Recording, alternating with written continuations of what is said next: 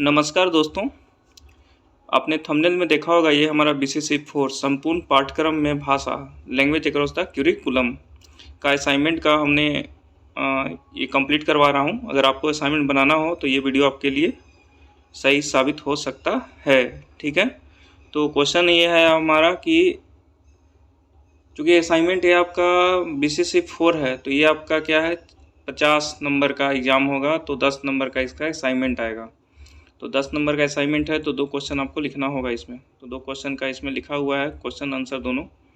तो आपको लिखना हो तो आप लिख सकते हैं वीडियो को प्ले पुश करके। ठीक है, तो ओके, हम लोग इसको शुरू करते हैं।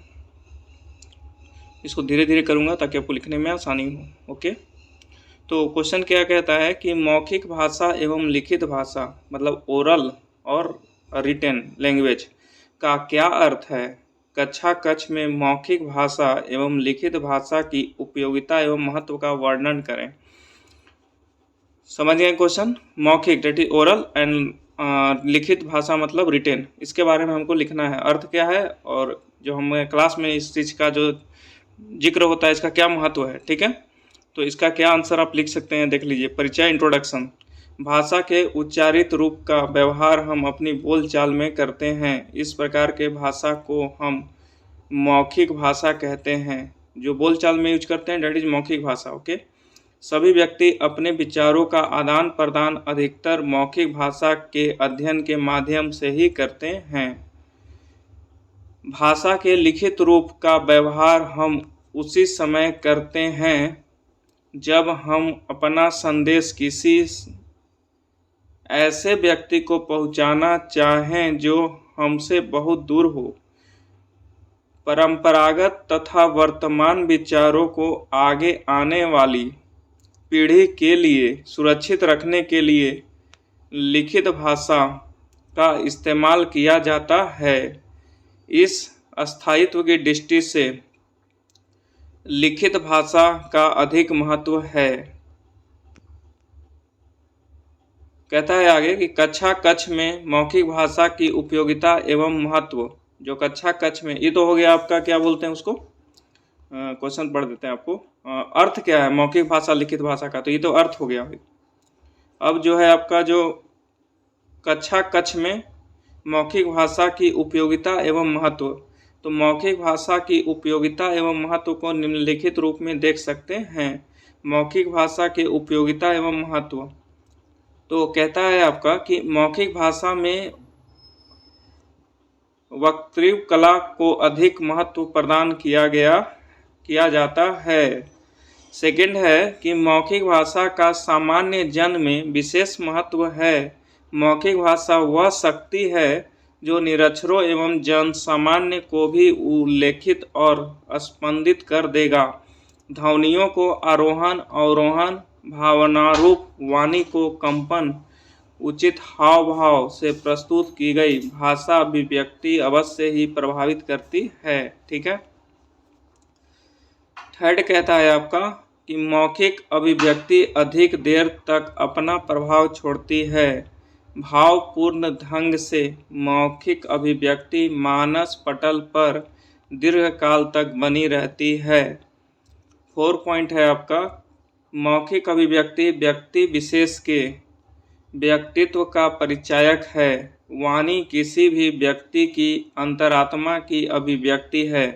हम उसमें बोलचाल के ढंग से उसके व्यक्तित्व की विशेष प्रकृति का आभास कर लेते हैं। संगत होकर अपने विचारों की अभिव्यक्ति करने वाला व्यक्ति ही सदैव उन्नत, शांत और आत्मनिग्रही बन सकता है। जनमानस पर अपने विचारों की छाप छोड़ सकता है। ठीक है, 5वां पॉइंट क्या है, मौखिक अभिव्यक्ति का क्षेत्र भी व्यापक है। वर्तमान युग में भी अभी ऐसी अनेक भाषाएं देखने सुनने को आती है जिनकी कोई लिपि नहीं है, अर्थात प्रयोक्ता मौखिक रूप से ही विचारों की अभिव्यक्ति करके व्यवहारिक जीवन व्यतीत, ठीक है ना, करता है। ओके, लिखित भाषा का महत्व अब आगे हम लोग पढ़ेंगे। ठीक है, वो तो मौखिक भाषा का हमने पढ़ लिया, अब लिखित भाषा देखते हैं। भाषा शिक्षण के उद्देश्य से को लिखित भाषा से ही प्राप्त की जा सकती है। किसी भी भाषा या विषय में पूर्ण दक्षता प्राप्त करने के लिए भाषा का लिखित होना आवश्यक है। थर्ड पॉइंट है आपका, अपने विचारों तथा भावों को मूर्त रूप देने तथा दूसरों तक पहुंचाने के लिए लेखन की आवश्यकता होती है। उदाहरणार्थ पत्र लेख, पुस्तक लिखकर विचारों को दूसरे तक पहुंचाना। फोर्थ पॉइंट है आपका, विभिन्न कालों की बदलती हुई परिस्थितियों, विचारधाराओं तथा क्रियाकलापों से परिचित होने के लिए लिखित भाषा का होना आवश्यक है।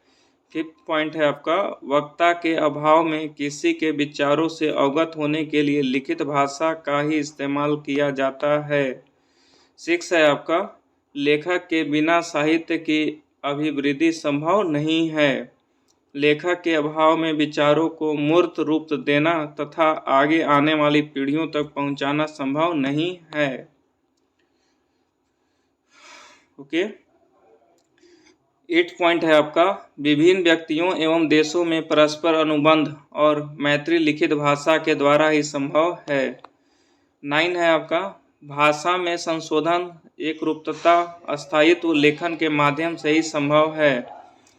10th पॉइंट है, लिखित भाषा वर्तमान और भविष्य को जोड़ने की महत्वपूर्ण कड़ी है। 11, यह भाषा का स्थायी रूप माना जाता है। इस रूप में हम अपने भावों और विचारों को अंतर से अनंत काल के लिए सुरक्षित रख सकते हैं। 13 कहता है, यह रूप यह अपेक्षा नहीं करता कि वक्ता और श्रोता आमने सामने हो। इस रूप का आधारभूत इकाई वर्ण है जो उच्चारित ध्वनियों को अभिव्यक्ति करते हैं। 15 कहता है आपका, इस प्रकार मौखिक भाषा और लिखित भाषा में संशोधन, एकरूपता, अस्थायित्व लेखन के माध्यम से ही संभव माना जाता है। निष्कर्ष, उपयुक्त वाक्यों अथवा तथ्यों। निष्कर्ष लिखा गया है लास्ट में कि जो भी हमने ऊपर पढ़ा उसका क्या है, दैट इज कंक्लूजन। ओके। उपयुक्त वाक्यों अथवा तथ्यों से यह स्पष्ट होता है कि विकास अथवा परिवर्तन भाषा का अनिवार्य गुण है। समाज के वातावरण तथा शिक्षा के संस्कार के कारण मानव अपनी भाषा में निरंतर विकास तथा परिष्कार करता रहता है। मानव समाज में ही रहकर ही भाषा का अर्जन करता है, because human is a social person. अतः समाज में परंपरा से जिस भाषा का प्रचलन तथा प्रसार होता है, मानव भी उसी भाषा को अपनाता है और उसका प्रयोग करता है। इस आधार पर यह भी कहा जा सकता है कि भाषा की एक महत्वपूर्ण विशेषता यह है कि भाषा सामाजिक निधि है। इस प्रकार भाषा की एक महत्वपूर्ण विशेषता यह है कि यह अनुकरण से आती है। अनुकरण करना मानव का स्वभावोचित गुण होता है। मानव का अधिकांश अधिगम अनुकरण पर आधारित है। वह दूसरों को देखकर अधिक सीखता है। भाषा सीखने में भी वह उसी प्रकृति को सर्वाधिक प्रयोग करता है। तो आपका एक क्वेश्चन कंप्लीट हो गया। दूसरा क्वेश्चन मैं कंप्लीट कर रहा हूँ। प्लीज़ इसको समझने के पर्पज से ना वीडियो को देखें। आपको कॉपी भरना है तो देखिए, चुपचाप कॉपी को लिख लीजिए। बहुभाषिकता से आप क्या समझते हैं? बहुभाषिकता का कक्षा शिक्षण में क्या महत्व है? बहुभाषिकता का मतलब हो गया मल्टीलिंगुअलिज्म। एक से ज़्यादा भाषा को कोई सीख लेता है या सीखना चाहते हैं तो उसका क्या इम्पोर्टेंस है, तो उसके बारे में आपको कैरेक्टरिस्टिक कुछ विशेषता बतानी है। तो आइए हम लोग देखते हैं क्या है मल्टीलिंगुअलिज्म, डेट इज बहुभाषिकता। तो उसका इंट्रोडक्शन परिचय दिया हुआ है कि बहुभाषिक कक्षा का अर्थ उच्च कक्षा से है जहां अलग अलग भाषाओं वाले बच्चे एक साथ समान शिक्षा ग्रहण करते हैं। बहुभाषिक कक्षा में शिक्षण प्रक्रिया के दौरान शिक्षक सदैव विद्यार्थियों को उनकी मातृभाषा में बोलने के अवसर प्रदान करता है। बच्चों को उसकी गृह भाषा में कहने सुनने की पूर्णतः आज़ादी देती है। बहुभाषी का अर्थ ऐसे व्यक्ति से है जो दो या अधिक भाषाओं का प्रयोग करता है। विश्व में बहुभाषी लोगों की संख्या एक भाषाओं की तुलना में बहुत अधिक है। विद्वानों का मत है कि द्विभाषिकता किसी भी व्यक्ति के ज्ञान एवं व्यक्तित्व के विकास के लिए बहुत उपयोगी है। आगे कहता है कि हॉर्गन के अनुसार दो भाषाओं के ज्ञान की स्थिति द्विभाषिक है। वैसे तो बहुत सी भाषाओं को जानने वाले को बहुभाषिक कहते हैं, परंतु एक से अधिक जानने वालों को द्विभाषिक के साथ साथ बहुभाषिक भी कहते हैं। वही हो गया कि एक लैंग्वेज जानते हैं तो आप हो गए, जैसे रविन्द्रनाथ टैगोर कवि थे, बहुत सारी भाषाओं को जानते थे। हम लोग तो एक भाषा में परेशान हैं, वो भी नहीं शुद्ध से बोल पाते। कोई बात नहीं, जिस समाज में रहेंगे वैसा ही सीखेंगे। परंतु एक से अधिक जानने वालों को द्विभाषिक के साथ साथ बहुभाषिक भी कहते हैं। आगे कहता है ब्लूमफील्ड के अनुसार बहुभाषिकता की स्थिति तब पैदा होती है जब व्यक्ति किसी ऐसे समाज में रहता है जो उसकी मातृभाषा से अलग भाषा बोलता है और उस समाज में रहते हुए वह उस अन्य भाषा में इतना पारंगत हो जाता है कि उस भाषा का प्रयोग है ना, उस भाषा का प्रयोग मातृभाषा की तरह कर सकता है। ओके, नेक्स्ट है आपका कि कुछ विद्वानों ने इसे इस रूप में प्रस्तुत किया है कि द्विभाषिकता या बहुभाषिकता व्यक्ति के बचपन से ही दो या बहुत भाषाएं एक साथ सीखकर उसका समान रूप और सहज प्रभाव से प्रयोग करने की स्थिति को कहते हैं। परंतु भाषा वैज्ञानिक इसे अस्वीकार करते हुए तर्क देते हैं कि दो भाषाओं में मातृभाषा जैसी क्षमता एक ऐसा आदर्श है जिसे प्राणतः करना बहुत कठिन है। ओके, नेक्स्ट कहता है आपका कि इस प्रकार एक से अधिक भाषाओं की जानकारी एवं प्रयोग बहुभाषिकता की स्थिति है। बहुभाषिकता का कक्षा शिक्षण में महत्व, जो मल्टीलिंगुअलिज्म है, क्लासरूम में जो स्टडी होता है उसका क्या इम्पोर्टेंस है, क्यों इम्पोर्टेंस है? इसलिए कि जो क्लासरूम में बच्चे आते हैं वो डिफरेंट बैकग्राउंड से आते हैं, तो कहीं ना कहीं वो यूज होता है। ठीक है, बहुभाषिक कक्षा में शिक्षण प्रक्रिया के दौरान शिक्षक सदैव विद्यार्थियों को उनकी मातृभाषा में बोलने के अवसर प्रदान करता है, बच्चों को उनकी गृह भाषा में कहने सुनने की आज़ादी देती है, बच्चों के संज्ञानात्मक तथा शैक्षिक विकास की गति प्रदान करती है। बहुभाषिक कक्षा में बच्चों की मातृभाषा को कक्षा में स्थान दिया जाता है। ओके, भारत में भाषा समस्या का समाधान करने के लिए बहुभाषिकता को उचित माना गया है। बहुभाषिकता को एक मानवीय संसाधन माना गया है और एक व्यूह रचना भी। ओके, मानवीय संसाधन इस कारण माना गया है क्योंकि बहुभाषी होने पर भाषा विवाद स्वतः ही समाप्त हो जाएंगे। ओके, नेक्स्ट, बहुभाषिकता के लिए सरकार ने त्रिभाषी सूत्र दिया है।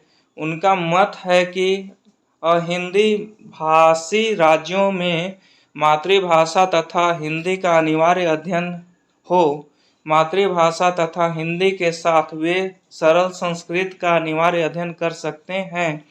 अंग्रेजी तथा अन्य विदेशी भाषाएं तथा संस्कृति एवं अन्य भारतीय भाषाएं वैकल्पिक स्थान प्राप्त करेगी।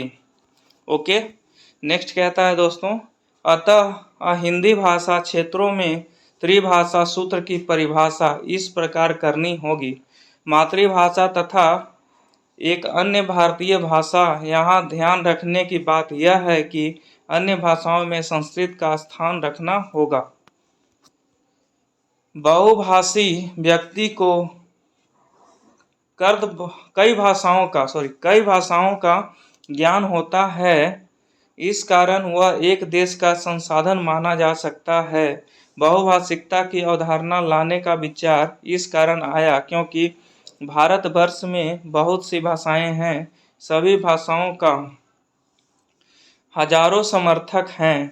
जो अपनी अपनी भाषा की वकालत करते हैं। यहाँ एक प्रश्न यह भी है कि विभिन्न भाषाएं होने के कारण राष्ट्रभाषा के रूप में हिंदी भाषी क्षेत्र के लोग हिंदी का विरोध करते हैं। वे अपनी भाषा को राष्ट्रभाषा के रूप में आसीन करना तो चाहते हैं, यद्यपि भाषाएं तो अनेक हैं, लेकिन भारतवर्ष में हिंदी ही एक ऐसी भाषा है जो राष्ट्रभाषा, राजभाषा अथवा संपर्क भाषा बन सकती है। इस भारतवर्ष लोकतंत्र का देश है। लोकतंत्र की भावना की दृष्टि से यह आवश्यक है कि संपर्क भाषा के रूप में हिंदी का अध्ययन अनिवार्य कर दिया जाए, जो अनिवार्य हो भी गया है। परंतु यह भी सत्य है कि दक्षिण भारत में संपर्क भाषा के रूप में लोग अंग्रेजी को अपनाए हुए हैं। अतः लोगों की तर्क यह है कि अंग्रेजी विदेशी भाषा है, साथ ही विश्व भाषा है, इसलिए यह हिंदी से अधिक महत्वपूर्ण है। दक्षिण अमेरिका में स्पेनिश भाषा समझी और पढ़ाई जाती है, अंग्रेजी नहीं। पूरे यूरोप में फ्रांसीसी भाषा सभी देशों में समझी जाती है, अंग्रेजी नहीं। सबसे अधिक जनसंख्या वाला देश चीन, जो कि अब आज के डेट में भारत हो चुका है। ठीक है, इसको लिखना नहीं है, मैं बता रहा हूँ। सारा अफ्रीका, रूस, Germany, France, Spain, Italy, Japan, कोई भी आंग्ल भाषी देश नहीं है। उच्च शिक्षा की प्राप्ति के लिए जो भी छात्र वहां जाते हैं, उन्हें पहले 6 महीने वहां की भाषा सीखनी होती है, क्योंकि वहां शिक्षा का माध्यम ही अंग्रेजी नहीं बल्कि वहां की भाषा अपनी होती है। अतः ऐसी स्थिति में यह कैसे कहा जा सकता है कि अंग्रेजी विश्व भाषा है? बिल्कुल सही बात। जहाँ तक समृद्ध साहित्य का संबंध है, जर्मनी, फ्रेंच, रूसी भाषाएं बहुत समृद्ध हैं। हिंदी भी बहुत समृद्ध हो चली है। पहले भाषा, इसको कट कर देता हूँ, कह रहा है कि पहले भाषा प्रयोग में लाई जाती है, बाद में उसका साहित्य समृद्ध बनता है। जो इंग्लैंड तथा अमेरिका में अंग्रेजी को एकदम अनिवार्य किया गया, तभी धीरे धीरे उसका साहित्य समृद्ध हो गया। ओके, समृद्ध बना। अतः सबसे अधिक समृद्ध भाषा तो संस्कृत है। अतः अंग्रेजी की समृद्धि की दुहाई देना उचित नहीं है। भारतवर्ष में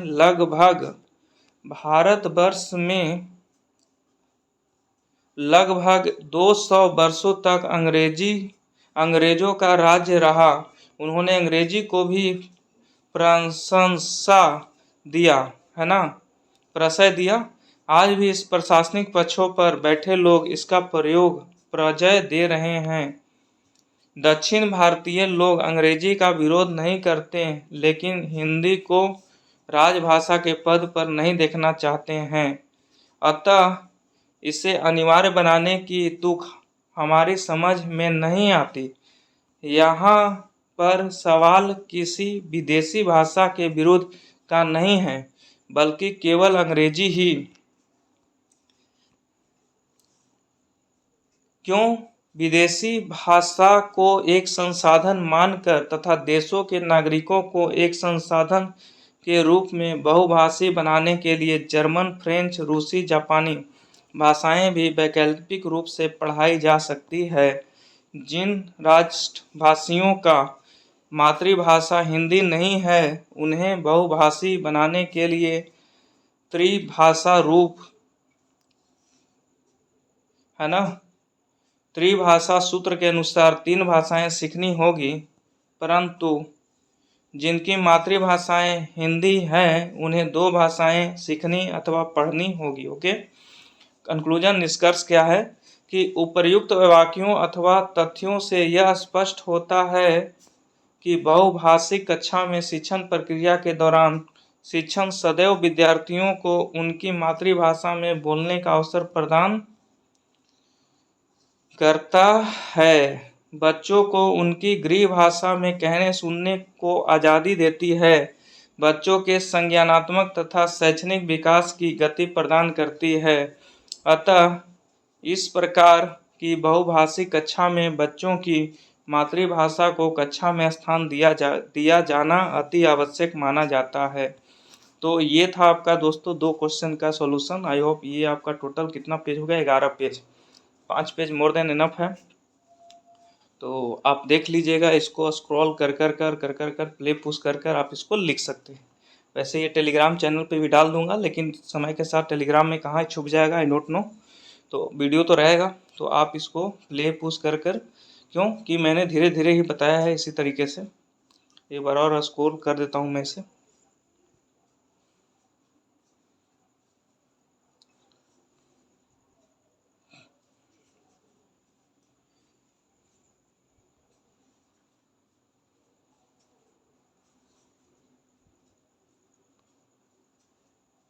ये हो गया सेकंड क्वेश्चन। मतलब 3 क्वेश्चन मिलेगा, 2 क्वेश्चन को लिखना रहता है, क्योंकि 10 नंबर का ये असाइनमेंट है। जहाँ 20 नंबर आएगा वहाँ 3 को क्वेश्चन लिखना पड़ेगा। तो उसका भी मैं अपलोड करूँगा।